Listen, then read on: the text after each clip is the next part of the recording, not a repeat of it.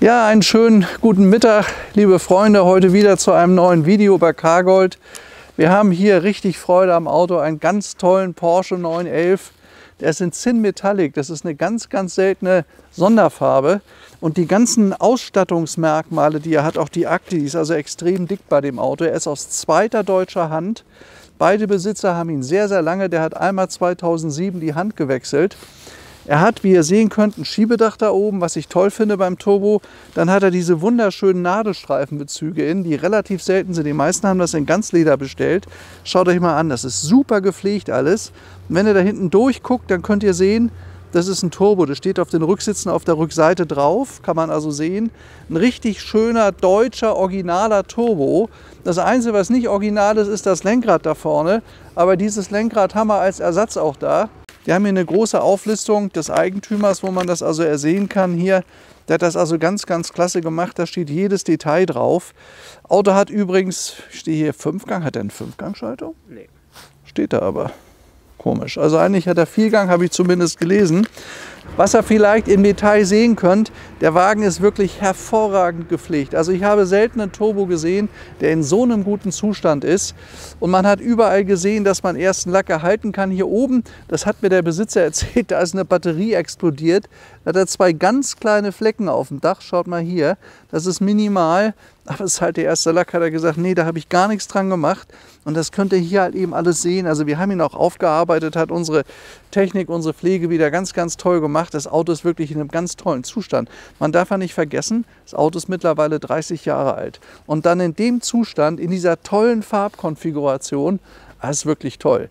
Der braucht übrigens 5,5 Sekunden bis 100. Das war zu der Zeit ein richtig schnelles Auto. 5,5 von 0 bis 100. 17 Sekunden bis 200 mit seinen 300 Turbo PS. Und er verbraucht, also man muss, wenn man da richtig drauf tritt, gehen da 20 Liter weg. Man kann ihn aber auch mit 12 fahren. Das ist halt ein Turbo Stahlhart. Jetzt testen wir den mal. Wir nehmen euch mal mit, zeigen euch mal, was so ein Auto kann. Was mich halt begeistert bei dem Wagen, der ist wirklich klasse gepflegt. Und wenn ich mir den so angucke, der steht ja fast da wie ein Jahreswagen. Das ist ziemlich selten. Also ich sag mal, er hat 120 circa gelaufen, aber hat eigentlich einen Zustand wie 60 oder 70. Kann man bei dem Auto sagen, übrigens hier, man sieht das auch bei dem Besitzer, also alles fein säuberlich in der Akte. Er hat immer alles machen lassen. Hier sind jede Menge Rechnungen dabei, wo man chronologisch sehen kann. Also da hat sich einer um seinen Wagen ganz, ganz toll gekümmert. Und ja, tolles Auto. Also, da wollen wir jetzt mal schauen, was er kann.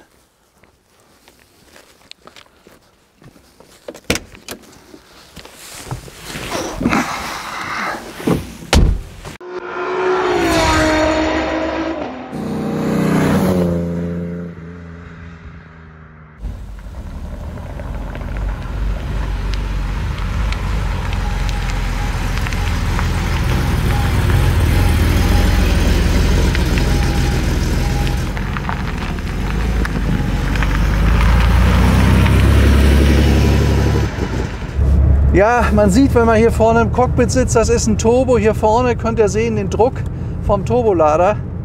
Das macht ja auch das Besondere an diesem Wagen aus, dass er so extrem viel Power hat. Das war also Anfang der 80er Jahre absolut das Auto. Gebaut worden ist der übrigens von 1977 bis 1989 und das letzte Baujahr hatte 5-Gang. Das hat er hier nicht. Die gesuchtesten sind auch die 5-Gang-Autos, aber die kosten ja heute mittlerweile fast bis 200.000 €.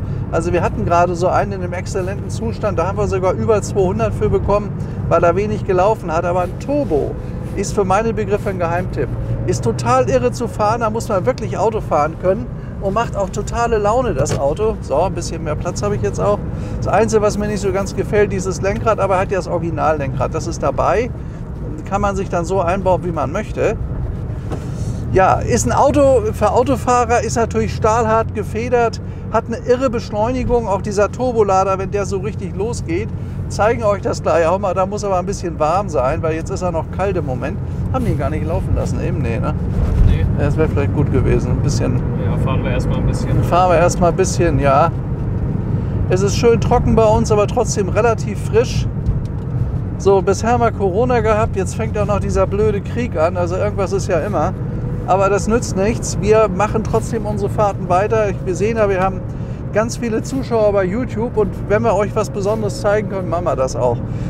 Ja, ist damals, ich kann mich erinnern, zu der Zeit war ich gut 20 Jahre alt, war das ein absoluter Traum auch von mir, ein Turbo. Und ein Auto, was damals ziemlich teuer war, konnte ich mir überhaupt nicht leisten. Und ich sag mal, so richtig gute Turbos gibt es heute nicht viele. Die Autos sind also oft runtergefahren und da muss man gucken, was hat er gelaufen, in welcher Hand war er. Kommt er aus Japan, das sind alles, oder ist ein Amerikaner, alles so ein bisschen so Minuspunkte. Aber unser Auto ist ein deutsches Fahrzeug, der war bis 2007 in erster Hand. Und von 2007 bis heute in zweiter Hand. Und ja, das ist einfach toll. Und man merkt, dass er immer in Pflege war. Ich spüre das jetzt auch hier drin. Der ist hier überall top gepflegt, wunderschönes Armaturenbrett. Ist nicht abgegriffen oder verletzt oder beschädigt oder irgendwas. Hat wunderschöne Sitze. Auto riecht auch gut. Finde ich immer ganz, ganz wichtig. Ja, also der packt richtig zu. Ich kenne das ja, also erst so bis 2 da draußen geht das noch, aber dann setzt dieser Turbolader ein, dann reißt es einen in die Sitze. Das ist ein Wahnsinnsauto, aber er klebt regelrecht an der Straße. Er ist ja zu erkennen an der Schaufel hinten, weil da das Turborad drunter ist, der Turbolader. Oh, da ist aber eben eine schwarze Wolke rausgekommen.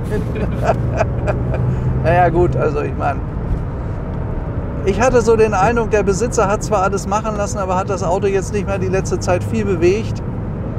Da kommt es dann ja immer vor, dass sich die Menschen bei uns melden und sagen, die Sammler und die Freaks, und sagen, pass mal auf, das Auto steht, eigentlich zu schade, kommt mal her, verkauft mir das Auto. So war das auch bei ihm.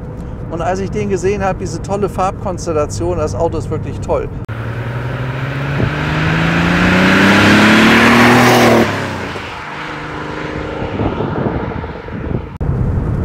Ja, man merkt aber sofort, also Spurstange, das hört man, da klappert nichts, da rappelt nichts an dem Auto.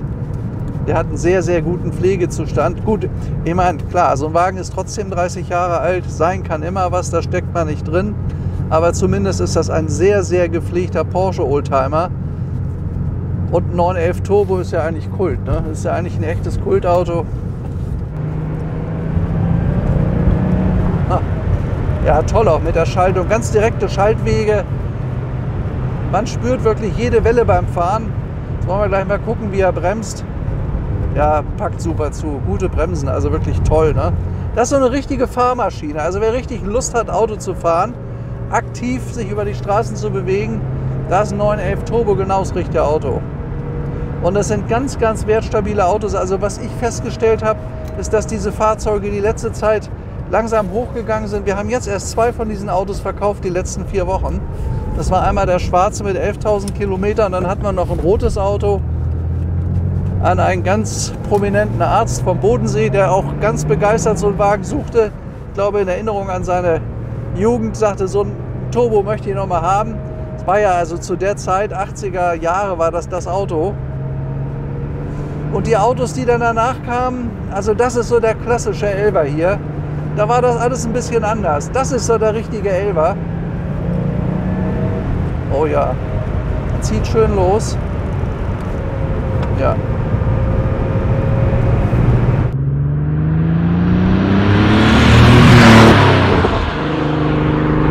Ja, hier vorne ist das Armaturenbrett, alles sehr spartanisch. Klassisch wie seit 1965 hier vorne, als der erste 911 rauskam, die Armaturen. In der Mitte für Rennfahrer, wie gesagt, der Drehzahlmesser, das muss man immer im Blick haben, dass man die Maschine nicht überdreht. Dann rechts Tachometer bis 300. Das war beim 911 absolut ein Novum. Der fährt ja 260. Also der wird nicht abgeriegelt bei 250 wie viele Autos. Der fährt tatsächlich 260. Und dann wird es richtig zugig im Auto. Da muss man schon Auto fahren können. Hier ist rechts die Uhr, links ist Tank, Öl, hier vorne Temperatur und Öldruck. Ja, das könnt ihr mal sehen, wenn ich da gleich mal drauf trete, dann merkt man, wie der Turbolader losgeht. Aber wir müssen ihn trotzdem noch ein bisschen fahren, hier ein bisschen einfahren. Ja, und das merkt man sofort. Also zischt richtig ab. Und naja, wenn man sich heute mal so ein GT3 überlegt und GT2 RS, das ist dann nochmal was anderes. Aber das puristische Autofahren, das kann man hier in dem 911er machen. Das ist puristisches Autofahren. Und ich muss ehrlich sagen, also dieser Wohlfühlfaktor für mich, das ist in dem Auto besser. Das ist zwar irre, was Porsche heute alles baut, das sind ja Mega-Raketen, aber dieser Wohlfühlfaktor, so einen richtigen Ur-Porsche zu fahren, dieser schöne Geruch noch, alles so Maschine, Motor, Öl. Ja, er klingt auch toll, ne? Das ist ein richtig cooles Auto.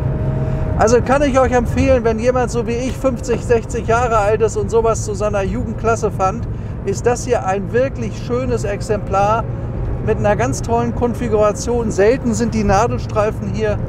Meistens ist ja Leder bestellt worden. Es ist kein Amerikaner, es ist ein deutsches Auto. Und glücklicherweise ist der Wagen immer super gepflegt worden. Das spürt man und man sieht es auch, nicht? Also da hat es zweimal Besitzer gegeben in seinem Leben, die das Auto wirklich gehegt und gepflegt haben. Das zeigt die Aktenlage und das merkt man, wenn man hier auch fährt. Das ist alles wunderschön erhalten. So, fahren wir mal langsam. Nicht, dass wir die Wanderer erschrecken hier. Das waren freundliche Wanderer, die waren begeistert. Sie gucken uns hinterher, siehst du? Haha, geil. Naja, also da kommt richtig was, wenn man rauftritt. Ein richtiges Sportgerät. Tolles Auto. Ich meine, zu der Zeit damals, da waren die Leistungsdaten von dem Wagen ja irre. Der wiegt nur 1,3 Tonnen, mehr nicht. So. So, hier bei Porsche typisch, hier vorne aus Plastik, aber das ist bei allen 911er gewesen, da geht die Tür zu, auf und zu. Hier vorne hat er Lautsprecher, hier vorne links die beiden elektrischen Fensterheber hat das Auto auch. Und hier Einstellungsspiegel. Ja, Schiebedach haben wir euch schon gezeigt. Hier sind die Sonnenblenden. Da ist der Rückspiegel an die Scheibe geklebt. Hier ein Blaupunktradio, einigermaßen aus der Zeit. Ja, und sonst sind die ganzen Bedienungselemente, hier vorne ist die Heizung, alles in einem guten Zustand. Da ist das Licht hier vorne links, da ist die Hupe logischerweise. Ich glaube, das ist ein Momo-Lenkrad, wenn ich das richtig kenne, aber wie gesagt, das Originale haben wir da. Ja, er hat eine Viergangschaltung, das könnt ihr hier vorne sehen. Rückwärts 1, 2, 3, 4. Handbremshebel klassisch in der Mitte zum Hochziehen. Und jetzt steigen wir mal aus. Ich meine, schaut mal hier, die Fußmatten, Porsche, ist alles schön da, auch alles sehr, sehr gut erhalten. Es ist ein sehr, sehr gepflegter Wagen. Finde ich, ist ganz, ganz wichtig. Weil die Autos sind ja teilweise auch sehr hart rangenommen worden. Also jetzt schaut euch das mal an, jetzt steht er hier bei uns auf dem Berg in freier Natur. Das ist doch wirklich ein schöner Turbo. Also so muss ein Turbo sein, hat eine tolle Farbe. Viele sind ja silber, schwarz oder rot. Er hat dieses ganz tolle Zinn Metallic, finde ich eine wunderschöne Farbe, war damals eine super Sonderfarbe, hat eine Menge Geld gekostet und dann dieser tolle Pflegezustand. Der ist auch vorne noch nicht lackiert, der hat so ganz kleine Punkte von Steinschlag, aber man hat sich gesagt, die sind nicht schlimm, das lasse ich. Dafür hat der Wagen kompletten Erstlack. Ja, und sieht wirklich toll aus. Schaut euch mal an, wie schick dieser 911er aussieht. Das ist übrigens auch was für eine Sammlung. Also wer sich sagt, ich fahre 2000 Kilometer im Jahr oder 3000 mit so einem Wagen, und möchte Geld angelegt haben, wo ich Geld sicher haben kann, dass ich es nicht verliere, das ist der richtige Wagen dafür. Also eine wunderschöne Farbe. Könnte ja fast ein Porsche-Werbefilm jetzt sein aus der Zeit. Ich weiß gar nicht, ob ich in der Farbe einen Turbo schon mal gesehen habe. Ich glaube gar nicht, nicht? Also der Witz an dem Auto ist wohl die Farbe. Das ist das, was es besonders macht. Ja, Erkennungsmerkmal Turbo ist hinten dieses riesen Kuchenblech am Heckdeckel. Ich mache jetzt mal auf hier vorne. Da ist der Zug für die Haubenbetätigung hinten, wo der Motor drunter ist. Schaut mal hier, da ist die Maschine. Also auch wenn man da reinguckt, ich denke, das sieht alles ganz, ganz sauber aus. Also ich habe schon andere Motoren gesehen bei Porsche. Das ist ein ganz gepflegter Wagen. Es sind sämtliche Rechnungen, Belege, Scheckhefte, es ist alles da bei dem Auto.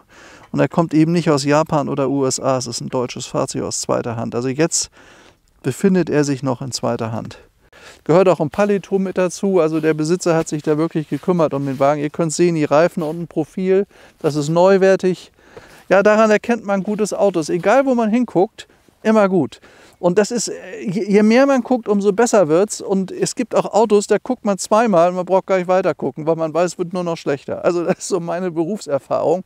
Da könnt ihr gucken, wo ihr wollt, der Wagen begeistert immer mehr. Ja, also hier. Das sind die Sitze. Schaut euch mal bitte diesen Pflegezustand an. Hinten hat er die beiden Notsitze, aber Nadelstreifen, Schwarzleder kombiniert, ganz klasse und dann so sauber alles. Finde ich persönlich schöner als nur Leder. Und man sitzt da auch gemütlich drauf, ne? Also richtig angenehm. Und da ist nichts kaputt oder verschmutzt oder so. Auto war immer in absolut pfleglicher Hand.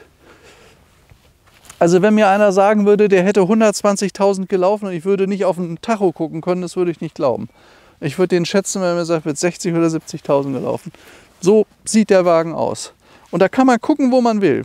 Der hat überall die gleiche Linie, der Wagen. Da, jetzt machen wir mal ein paar schöne Vorbeifahrszenen. Jetzt ist er auch warm, der Motor. Hat wie gesagt 3,3 Liter mit 6 Zylindern. Leistet 300 PS, das ist eine ganze Menge. Wiegt 1,3 Tonnen, ist geschaltet. Da geht was nach vorne. War damals zu der Zeit 1982 so fast das Nonplusultra.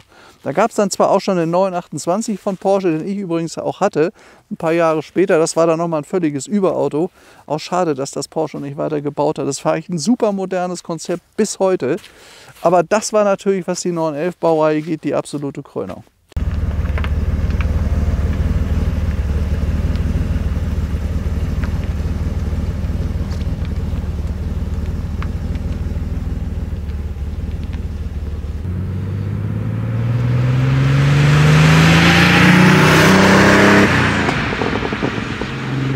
Ja, was ich jetzt übrigens noch ganz vergessen habe bei unserem Turbo, was auch wichtig ist, solche Motoren werden ja immer hart herangenommen, der wahrscheinlich in seinem Leben auch.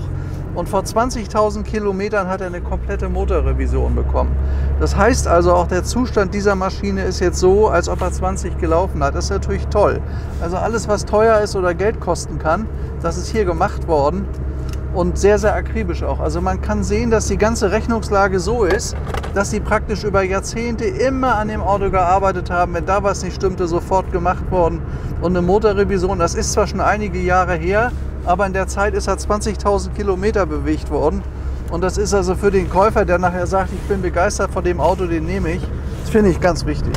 Denn also wenn so eine Maschine 120.000 gelaufen hat, gerade beim Turbo, dann sagt man sich irgendwann, naja, irgendwann wird das wahrscheinlich mal fällig. Aber wie gesagt, ist gemacht worden. Auto ist jetzt 30 Jahre alt. Nee, stimmt ja gar nicht, 40. Haben wir uns ja ganz gewaltig verrechnet. 40, überleg dir mal. Der Herr ist 40 Jahre alt hier, also jetzt nicht ich, sondern das Auto. Bin auch viel älter. Ja, schönes Auto, also wirklich macht Spaß. Man merkt, dass der sich technisch in einem guten Zustand befindet.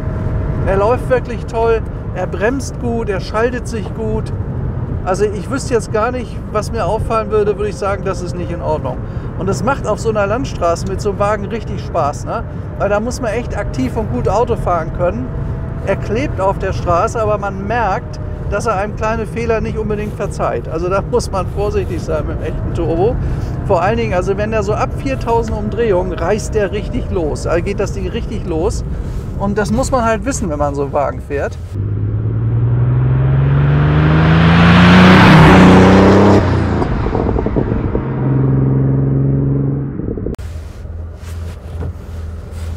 Normalen 911er, sage ich mal, die sind auch schon fix gewesen zu der Zeit.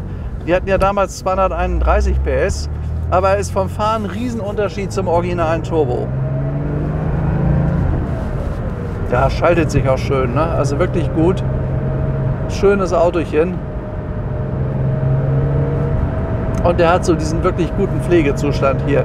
Das findet man selten beim Turbo. Also ich meine, wir gucken ja auch immer nach guten Turbos, wenn ihr noch welche kennt. Einen guten Turbo könnt ihr mir immer anbieten. Die haben wir immer weiterverkauft. Und die habe ich auch gerne weiterverkauft, weil ich von dem Auto, von dem Konzept überzeugt bin. Und das ist so klassische 80er Jahre. Also wer in der Zeit groß geworden ist oder damals noch jung war, der hat sowas absolut als Traumauto gehabt. 911 Turbo war so der absolute Sportwagen. Und oh, guck mal, wie der jetzt zieht, merkst du das?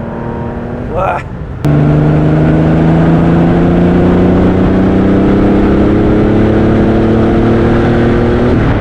Ja, das ist richtiges sportliches Auto der 80er Jahre. Also der greift richtig zu, macht Spaß zu fahren. Ich glaube, er hat eine Unwucht vorne, die muss man mal auswuchten, die Vorderräder, aber ich denke mal, das ist kein Problem. Das hat er so bei 120. Ah, nee, hat er ja, dürfen wir ja gar nicht fahren hier. Also, naja, ein Tacho hat ja auch immer Vorlauf, ne, logischerweise.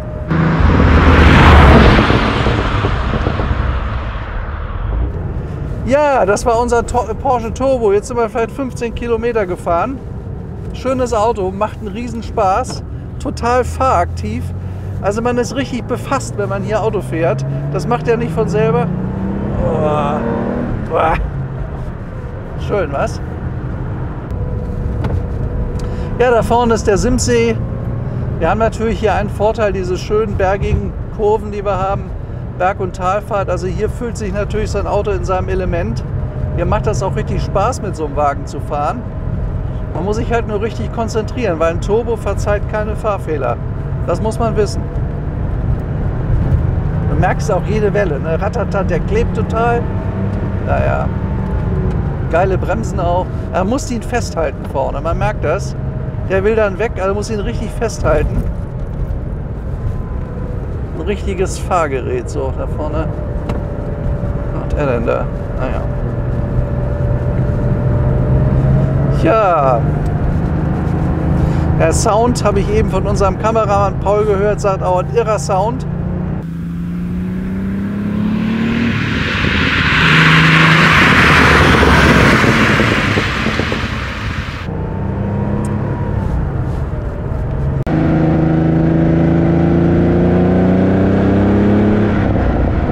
Ja, also das Auto kann ich euch wirklich empfehlen. Getestet und für gut befunden von mir, der macht Spaß zu fahren. Hat einen sehr, sehr guten Pflegezustand, der Wagen. Alles gemacht, die gesamte Historie ist bekannt, nur 2 Vorbesitzer, mehr nicht. Das ist ein Auto, was man eigentlich haben muss. Also wenn man auf Porsche steht, 911 Turbo ist ein Geheimtipp und sind Autos, die die letzten Jahre sich immer weiter nach oben bewegt haben, weil das einfach absolute Urklassiker sind und bei Porsche ein legendärer Wagen war. Also damit begann es eigentlich mit den richtig scharfen Porsche. So, was ist das denn hier? Haben sie wieder Mist gefahren, naja, gut. Ja, da kommt Beuerberg in Sicht. Da ist sein Zuhause, da werde ich jetzt mal reinfahren. Ich hoffe, es hat euch wieder Spaß gemacht mit mir. Also mir macht das immer Spaß, auch die Filme. Man kommt raus, jeden Tag ein neues Auto, also finde ich auch absolut spannend. Deswegen mache ich meinen Job hier auch so gerne. Ich hoffe, es hat euch auch Spaß gemacht. Ihr habt ein bisschen was lernen können. Was ist ein 911 Turbo und wie fährt er sich? Also ist ein gutes Auto, steht jetzt hier in Beuerberg. Ich freue mich, euch dann kennenzulernen. Ist was für eine Sammlung oder auch für Leute, die gerne gut fahren wollen. In dem Sinne wünsche ich euch alles Gute. Bleibt mir weiter treu, euer Stefan Luftschütz und ciao.